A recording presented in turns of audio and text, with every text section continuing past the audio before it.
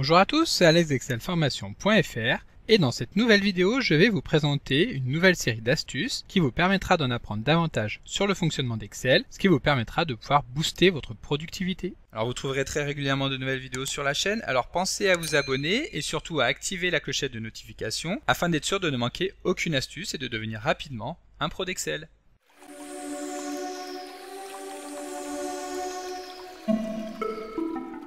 Pour mettre en place un classement aléatoire, nous allons utiliser la formule aléa qui permet de récupérer une valeur aléatoire comprise entre 0 et 1. Donc ici, nous allons nous placer juste à droite de la base de données que nous voulons classer, puis nous allons appeler la fonction aléa. Nous allons étendre cette formule en double-cliquant sur la poignée de recopie et à ce moment-là, il nous suffira de nous rendre dans le menu Données et d'effectuer un tri chronologique directement à partir de cette colonne, ce qui fait que les deux autres colonnes seront maintenant triées de manière aléatoire. Et il nous restera donc uniquement à supprimer cette colonne qui ne nous est plus utile. Ici, nous avons une base de données avec des noms et des prénoms que nous allons vouloir combiner donc dans une nouvelle colonne dans laquelle nous aurons le nom et le prénom de la personne. Donc pour cela, il suffit tout simplement de saisir une première fois le nom et le prénom, donc ici Trottier Laurette, puis de nous placer sur la cellule située juste en dessous et d'appuyer sur CTRL E et Excel va automatiquement compléter la liste. Et nous allons également pouvoir utiliser cette astuce pour créer rapidement une adresse email. Donc ici, imaginons que l'adresse email de chacune des personnes corresponde à la première lettre du prénom suivie du nom de famille, donc l.trottier@gmail.com. Une fois que nous avons saisi la première adresse, encore une fois, nous appuyons sur CTRL E et Excel va automatiquement compléter la liste afin de générer les adresses email de l'ensemble des personnes de cette base de données. Donc ici, nous avons une colonne avec le nom et le prénom des personnes et nous allons vouloir décomposer ces noms et prénoms dans deux colonnes différentes. Pour cela, c'est très simple, il suffit de se placer sur la première ligne, de taper ici donc le nom, donc Trottier, puis d'appuyer sur Entrée pour valider et ensuite nous allons utiliser le raccourci clavier CTRL E qui va permettre de compléter automatiquement la liste. Lorsque nous avons créé le nom, nous allons pouvoir créer le prénom, à savoir Laurette, en appuyant encore une fois sur CTRL E. Comment afficher des nombres en kilo-euros ou en millions d'euros. Tout d'abord, pour afficher un nombre en kilo-euros, nous allons sélectionner les cellules dans lesquelles se trouvent les nombres, donc à savoir ici les salaires qui correspondent aux employés d'une entreprise, puis nous allons effectuer un clic droit et choisir Format de cellule. Dans le champ personnalisé, il suffit tout simplement de saisir le 0 suivi d'un espace pour afficher les données en kilo-euros. Si en plus de ça, nous voulons ajouter l'unité, il suffit tout simplement de la saisir entre guillemets, à savoir qu'ici, il s'agit de kilo-euros. Lorsque nous validons en appuyant sur OK, Excel va automatiquement adapter le format que nous venons de créer à l'ensemble des cellules sélectionnées. Si nous voulons afficher des nombres en millions d'euros, c'est exactement la même méthode. Donc nous sélectionnons les cellules, nous effectuons un clic droit afin de cliquer sur Format de cellule. Ici, nous allons encore une fois afficher le format 0 espace pour afficher les données en kilo-euros et un second espace pour les afficher en millions d'euros. Ensuite, entre guillemets, nous allons venir saisir l'unité, à savoir millions d'euros. Nous fermons les guillemets et nous validons en appuyant sur OK. Et Excel va bien afficher les données en millions d'euros. Pour valider la formule sur plusieurs cellules en même temps, nous allons commencer par sélectionner toutes les cellules dans lesquelles nous allons vouloir insérer la formule. Puis nous allons venir saisir la formule. Donc ici, nous allons utiliser la formule fin mois qui va nous permettre de récupérer la fin du mois qui correspond au mois suivant la cellule située juste au-dessus. Et lorsque nous allons vouloir valider, nous n'allons pas uniquement appuyer sur la touche Entrée, ce qui aurait pour effet de ne valider que la cellule active, mais nous allons appuyer sur CTRL et Entrée afin de valider la formule sur l'ensemble des cellules sélectionnées. Donc pour afficher automatiquement le S au pluriel, nous commençons par sélectionner les cellules dans lesquelles nous allons vouloir modifier le formatage, puis effectuer un clic droit et sélectionner Format de cellule.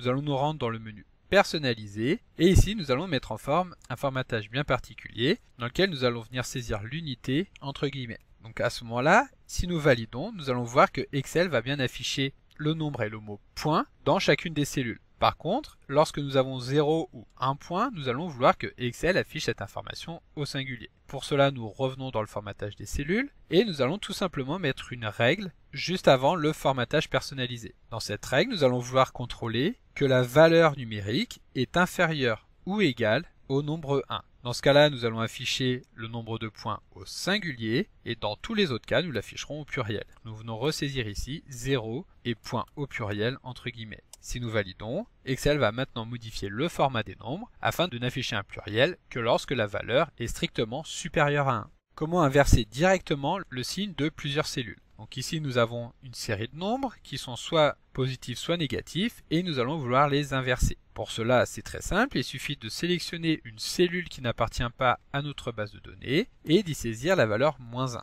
Cela étant fait, nous la resélectionnons et nous allons la copier en effectuant un CTRL-C. Ensuite nous sélectionnons toutes les cellules pour lesquelles nous voulons inverser le signe. Nous allons nous rendre dans le menu Accueil et dérouler le menu Coller afin de choisir Collage spécial. Et ici, nous allons cocher l'option Opération de type multiplication. Lorsque nous validons, Excel va automatiquement multiplier toutes les données qui ont été sélectionnées par la valeur que nous avions copiée, c'est-à-dire -1.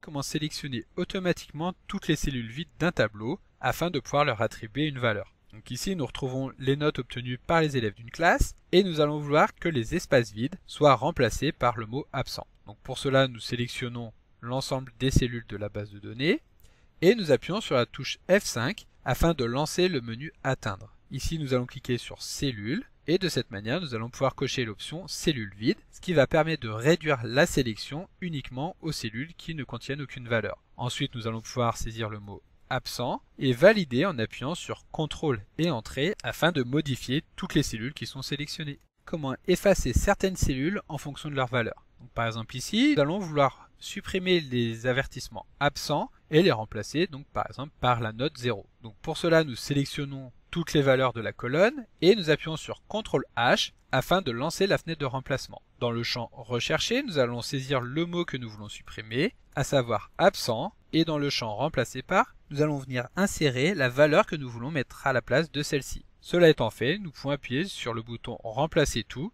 afin qu'Excel remplace les mots absent par la note 0. Vous êtes-vous déjà demandé combien il y a de cellules dans une feuille de calcul? Pour le savoir, il suffit tout simplement de compter le nombre de lignes, c'est-à-dire 1 48 576, et ensuite le nombre de colonnes. Il y a 16 384 colonnes dans une feuille de calcul Excel, ce qui fait que lorsque nous multiplions ces deux résultats, nous allons retrouver un nombre de 17 179 869 184 cellules dans une feuille de calcul Excel. Ce qui signifie que si nous devions taper un nombre dans toutes les cellules à la vitesse de 50 cellules par seconde, il faudrait 3977 jours, soit presque 11 ans pour remplir une feuille de calcul. Saviez-vous qu'il était possible de laisser des commentaires directement dans une formule Excel? Pour cela, c'est très simple, il suffit d'utiliser une petite astuce qui consiste tout simplement à ajouter à notre formule le commentaire saisi entre guillemets, donc à savoir qu'ici il s'agit du montant du CA annuel, et ensuite d'effectuer un test qui sera toujours égal à faux, et de valider tout simplement la formule. Donc ici, le commentaire que nous avons laissé n'apparaît pas dans le résultat de la cellule, mais si nous revenons dans la formule de celle-ci, nous allons effectivement retrouver notre commentaire, à savoir qu'il s'agit du montant du CA annuel. Comment afficher instantanément toutes les lignes et les cellules masquées. Donc en effet, si nous regardons dans notre feuille de calcul, nous allons pouvoir constater que nous passons de la ligne 11 à la ligne 15, ce qui signifie qu'il y a des lignes masquées dans notre feuille, et que nous passons également de la colonne D à la colonne G. Donc pour afficher instantanément toutes ces cellules, nous appuyons sur CTRL A pour sélectionner toutes les cellules de la feuille de calcul, puis nous effectuons un clic droit sur l'entête des colonnes afin de cliquer sur Afficher, ce qui va permettre d'afficher toutes les colonnes masquées, et nous allons faire de même au niveau des entêtes des lignes, ce qui permettra également d'afficher toutes les lignes qui étaient masquées. Comment afficher une durée supérieure à 24 heures? En effet, comme vous le savez si vous utilisez régulièrement Excel, le format par défaut, lorsque nous saisissons des heures, permet de saisir justement une heure au sein d'une journée. Et donc si nous voulons afficher une durée supérieure à 24 heures, il suffit d'effectuer un clic droit sur la cellule concernée et de nous rendre dans Format de cellule. Ensuite, nous allons pouvoir nous rendre dans le menu Heures et de choisir un format supérieur à 24 heures, donc par exemple celui-ci, ou alors d'utiliser directement une catégorie personnalisée, et dans ce cas-là, il suffira tout simplement de saisir le H entre crochets. Cela étant fait, nous pouvons valider, et nous allons maintenant nous rendre compte que la personne a travaillé 35 heures au cours de la semaine. Comment insérer une zone de texte dont la taille va s'adapter automatiquement au contenu? En effet, lorsque nous voulons insérer une zone de texte, donc en utilisant le menu Insertion, Zone de texte, nous allons vouloir tout de suite déterminer la taille de cette zone de texte, ce qui fait que nous devrons ensuite revenir pour modifier celle-ci si jamais l'ensemble du contenu ne s'affiche pas correctement. L'astuce va plutôt consister à utiliser le même menu, donc Insertion, Zone de texte, mais de ne pas définir directement une zone, mais directement de cliquer à l'endroit où nous voulons l'insérer. De cette manière, Excel va nous mettre en forme une zone automatique avec une taille qui va s'adapter automatiquement au contenu. En plus de cela, si nous validons, nous allons pouvoir nous rendre compte que la zone de texte que nous avons définie ici n'a pas de fond, et donc le contenu affiché en dessous va automatiquement s'afficher par transparence, et en plus celle-ci n'a pas de bordure. Comment effectuer une recherche dans tout le classeur Excel. Donc pour effectuer une recherche, on utilise le raccourci clavier CTRL F, ce qui permet de lancer automatiquement la fenêtre de recherche. Et ensuite, si nous voulons effectuer la recherche sur l'ensemble du classeur, il suffit de dérouler le menu Options, et ici dans le menu Dans, de choisir classeur à la place de feuille. Donc comme d'habitude, vous pouvez télécharger le support de secours en suivant le lien que vous trouverez dans la description de la vidéo. Si la vidéo vous a plu, n'oubliez pas de la liker et de la partager à vos collègues et amis sur l'ensemble de vos réseaux sociaux. Et vous pouvez également me laisser vos impressions dans l'espace des commentaires, je lirai chacun d'entre eux et y répondrai avec plaisir. Évidemment, si ce n'est pas encore fait, abonnez-vous à la chaîne pour ne manquer aucune astuce. C'est également très important pour m'aider à gagner en visibilité afin de pouvoir développer la chaîne et continuer de vous proposer des tas de nouvelles vidéos. Merci d'avoir suivi cette vidéo et à très bientôt pour un prochain tuto.